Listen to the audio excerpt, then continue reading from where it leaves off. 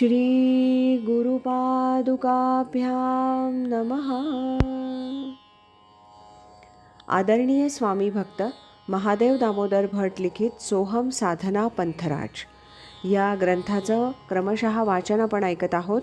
आज ऐकूया या ग्रंथातील प्रकरण 9 सोहम साधकाला मार्गदर्शक माहिती याचा भाग पहिला. सोहम ध्यानाभ्यासाची वेळ.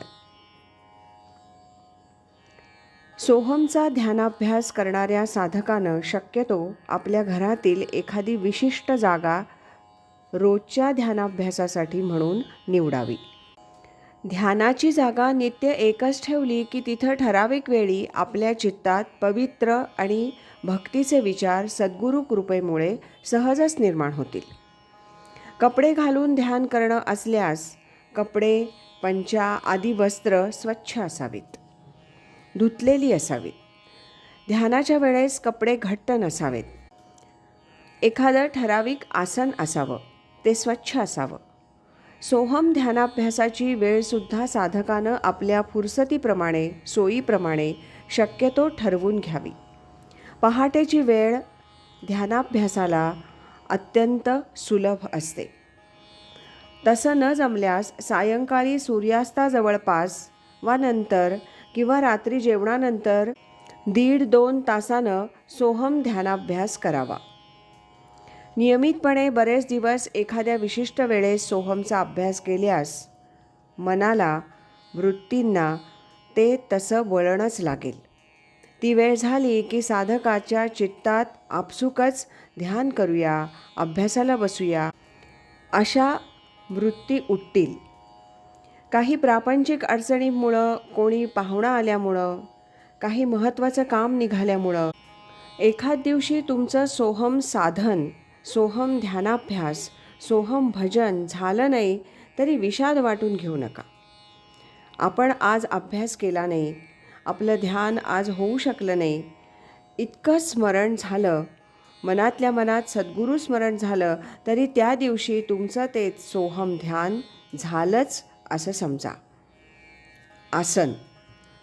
हातपाय एका विशिष्ट अवस्थेत ठेवून आणि शरीर ताठ आणि स्थिर करून ध्यान धारणेसाठी बसणं याला आसन म्हणतात. पातंजल योगसूत्रात आसनाचं याप्रमाणे लक्षण सांगितलं आहे. स्थिर सुखमासनम.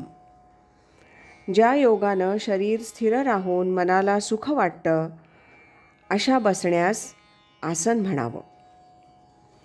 सोहमचा अभ्यास करणाऱ्या नाथ संप्रदायी गुरुपदिष्ट साधकाला विशिष्ट एका आसनाची ध्यानाभ्यासात गरज नाही. घटका, अर्धा घटका, ज्या एखाद्या अवस्थेत तो साधक सुखानं स्थिर बसू शकेल असं कोणतंही आसन घालून त्या साधकानं सोहमचा अभ्यास, ध्यानधारणा करावी. जप.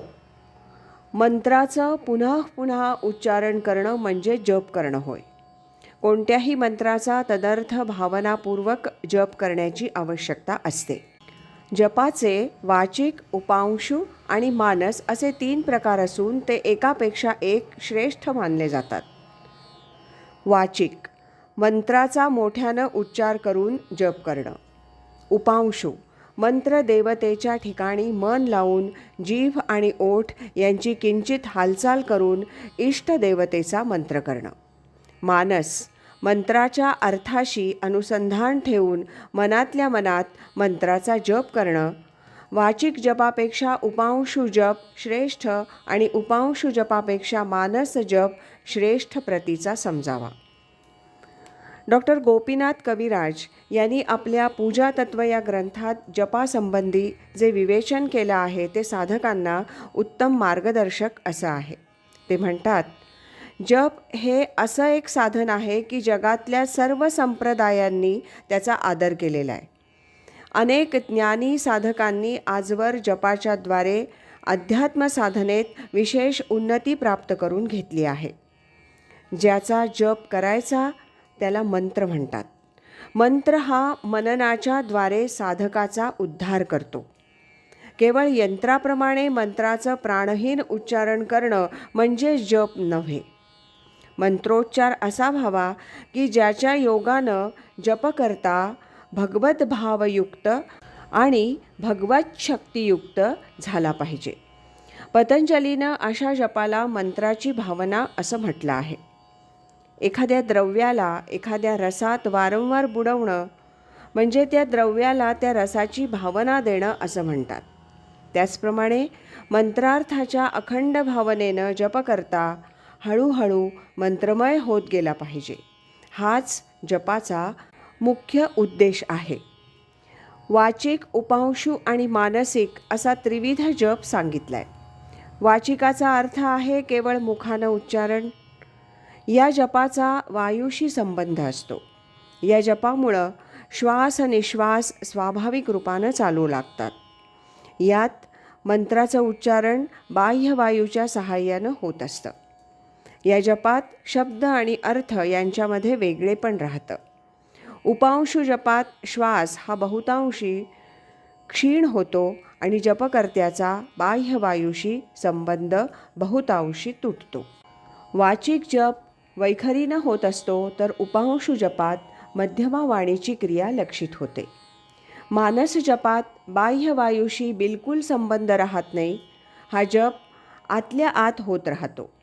मग शब्द आणि अर्थ यांची संलग्नता अनुभवाला येऊ लागते आणि ज्योतीचं दर्शनही घडतं.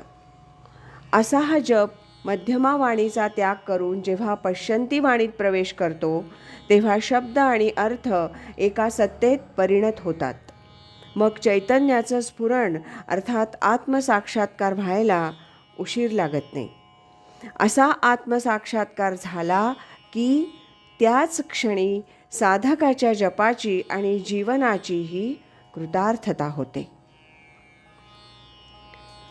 आज इथेच थांबूया. यानंतरचा भाग आपण उद्या ऐकूया. श्रीमद सच्चिदानंद सद्गुरु श्री स्वामी स्वरूपानंद महाराज की जय. हरि ओम तत्सत.